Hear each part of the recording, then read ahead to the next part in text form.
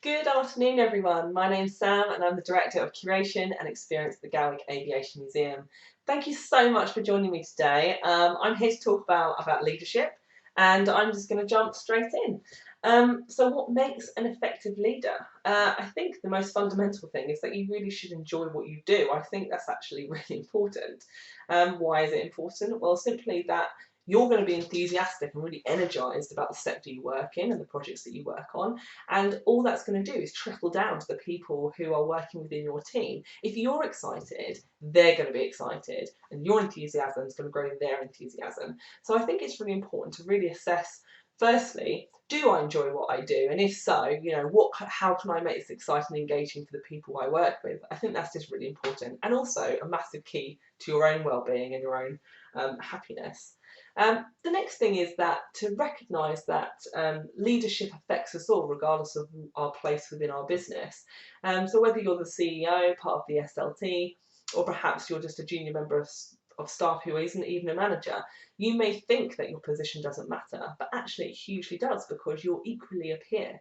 And to anyone else coming into the business, particularly a graduate, for example, they're going to be looking up to you for your advice and guidance and direction of what they can do to progress their own career. They're going to be learning from you. They're going to be watching how you work with other people, how you communicate, how you listen.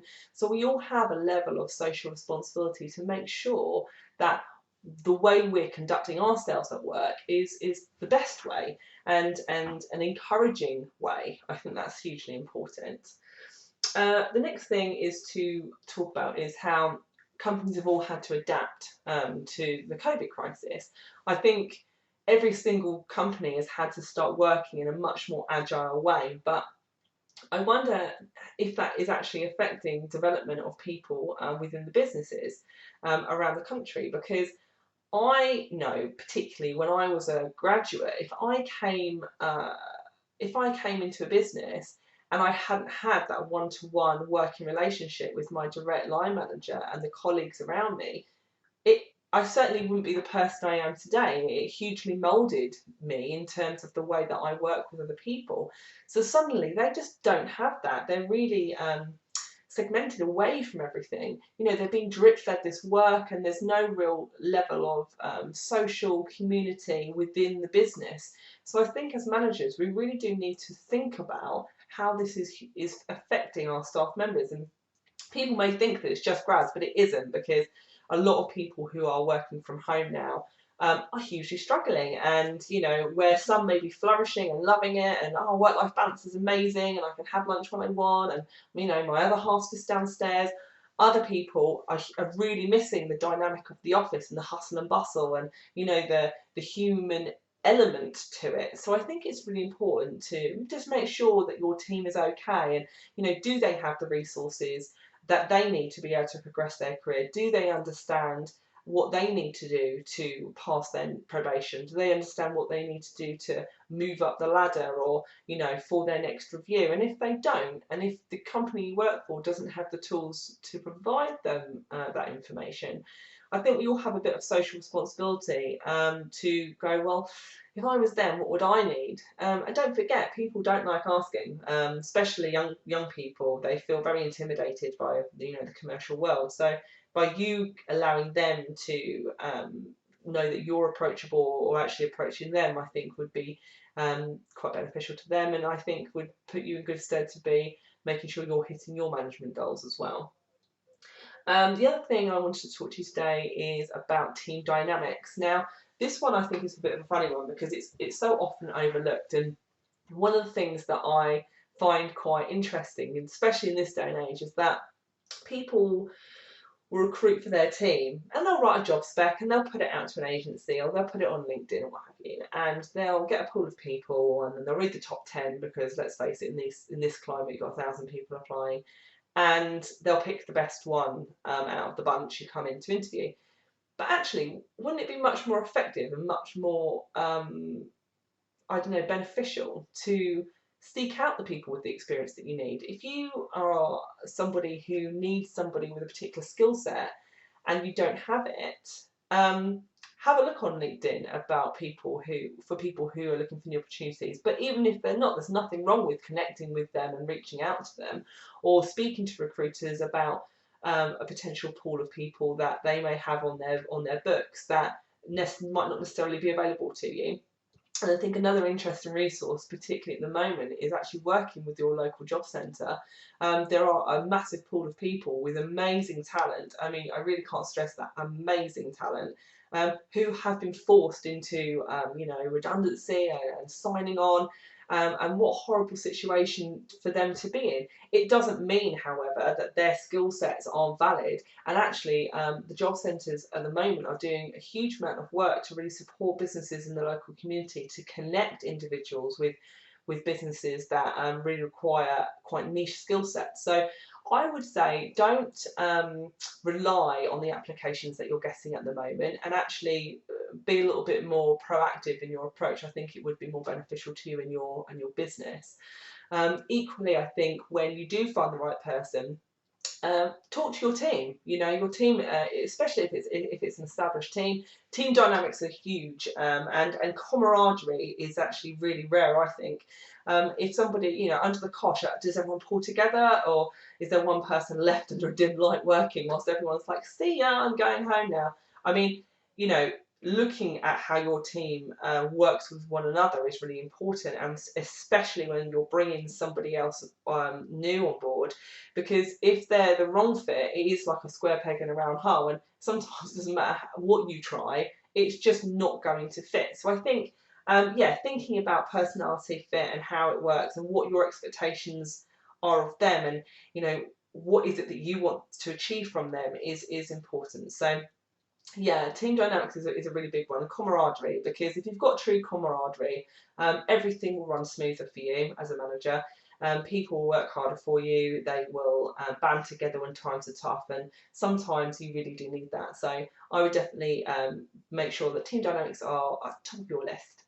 The next thing is experience. So this is quite an interesting one, actually, because throughout my career, I think there's two types of managers.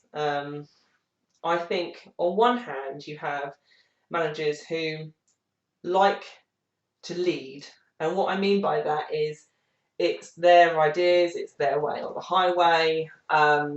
You are there to serve a purpose for that manager's needs. And then you have the other manager, which is holds their hand up and goes, you know what, I actually have a knowledge gap here and here and here. But these amazing staff members that work with me have amazing experience in this, in this, in this. And actually, what that does, it gives you a more cohesive team. It lowers stress and anxiety for yourself, because you know that you've just got a great structure and a great, effective team that can work together, that delivers on every area that you need.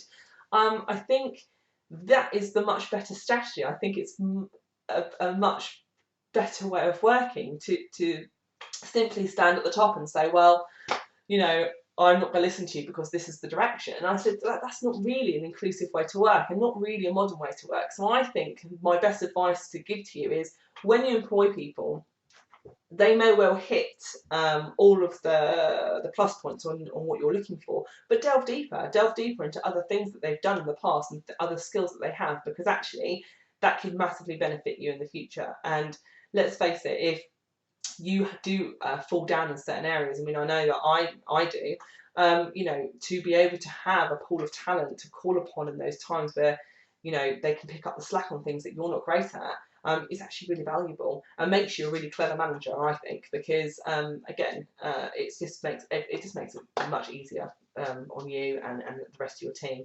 And actually, when you're mentoring these people, it teaches them also that it's okay not to know everything and not to be the best of the best, because although the commercial world is competitive, people really do need to realise that they're not great at everything, and everyone needs to be a little bit more human and realistic about their own expectations and their own abilities. I think that's pretty fair to say.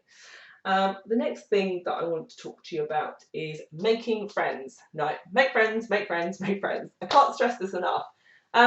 Why make friends? Well, it's pretty simple. People love to work with people that they like. It can be tricky when you're a manager. I do understand that.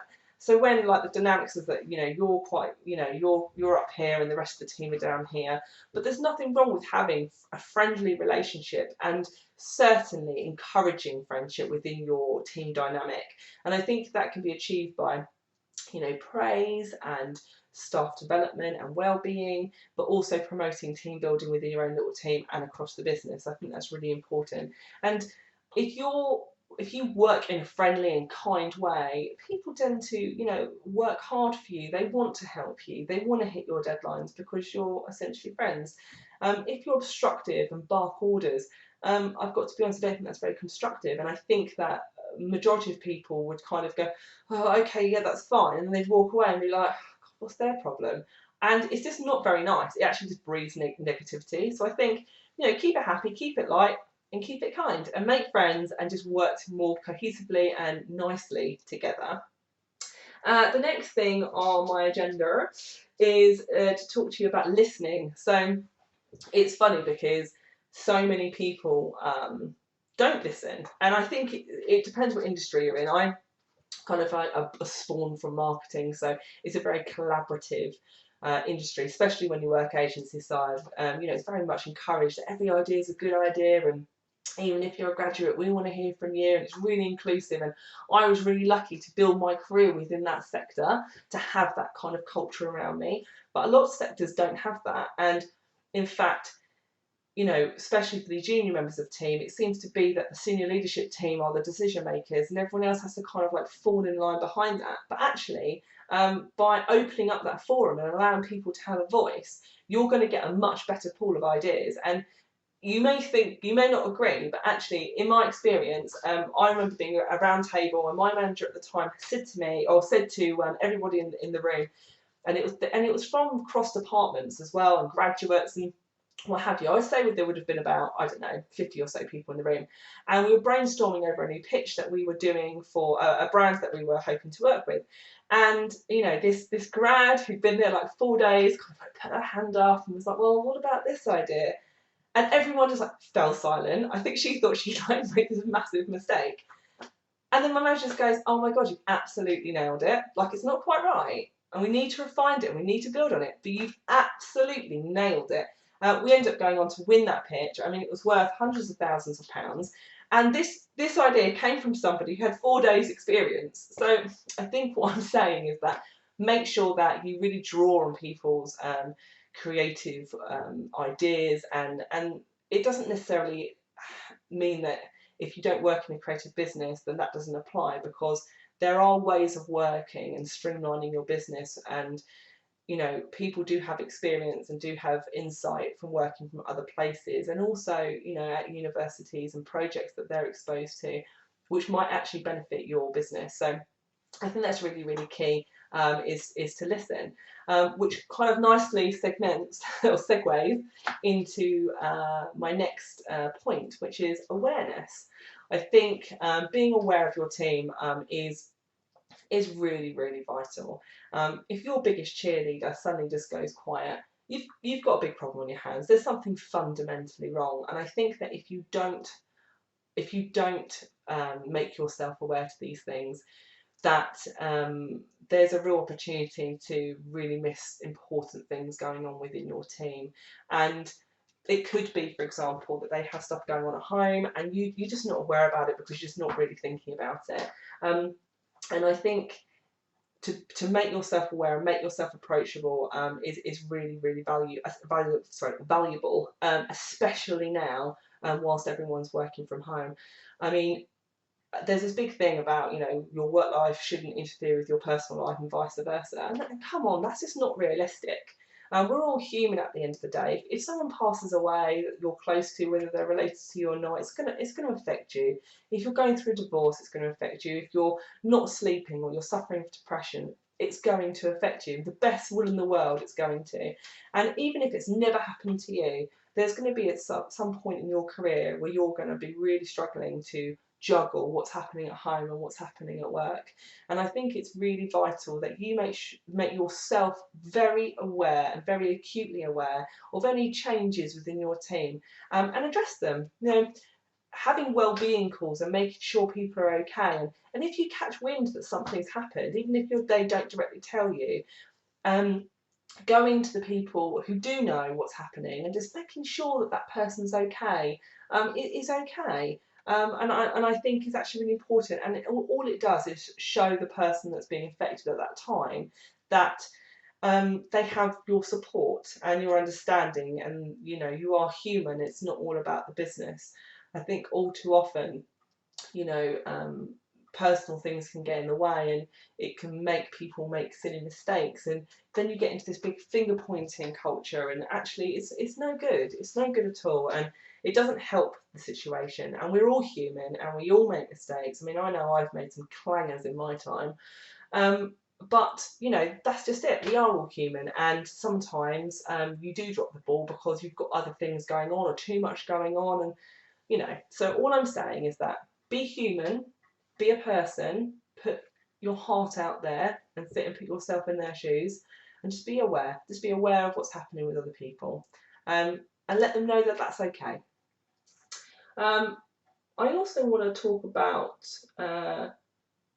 or the last thing I really want to talk about to you today is praise. Now, this is again a really funny one. I'm all about the praise. If someone helps me, I can't thank them enough. I really, really can't. And I think it's massively important. It doesn't take 5 minutes to say, oh my God, thank you so much for your help. I couldn't have done that without you. Oh, thank you so much for staying late.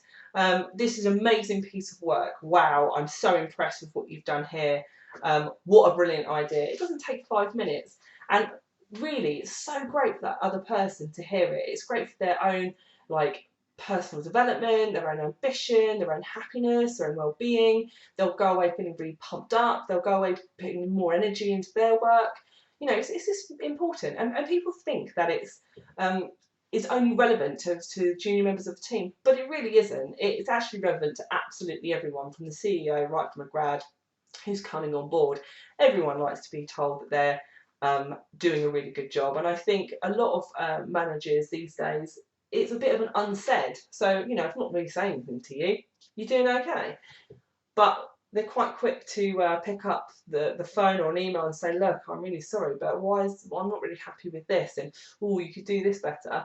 And constructive criticism is absolutely fine. It's actually really, really healthy, and I promote that also. But when that's all that's happening, that person will feel hugely demotivated. It will affect their well-being. They will be affected at home by it. They'll think that they, aren't very good at their job. They may feel less ambitious to go for other roles and promotions because they feel like they're underperforming constantly. And you may not even realise you're doing it, and you may be like, no, they're brilliant. I was just saying this could have been improved upon. So I think just be really aware that what you do and how you conduct yourself at work is really important. And people are human, and they really do need a little boost occasionally, especially now. So just remember the importance of saying thank you and really appreciating your team, and being a kind person at work. I think it's so much more effort to not be that way than just to be kind. And that brings me to the end of my talk. I mean, there are so many other things to talk about, and when you're a manager and when you're a leader, but they're the fundamental things that I think will put you in good stead for the future. And if you're thinking that things have changed slightly at work for you, hopefully this will give you some food for thought of how you could possibly address things going forward, or change things slightly moving forward with the colleagues that you're working with. And I suppose all there is to do is to say thank you. So thank you very much.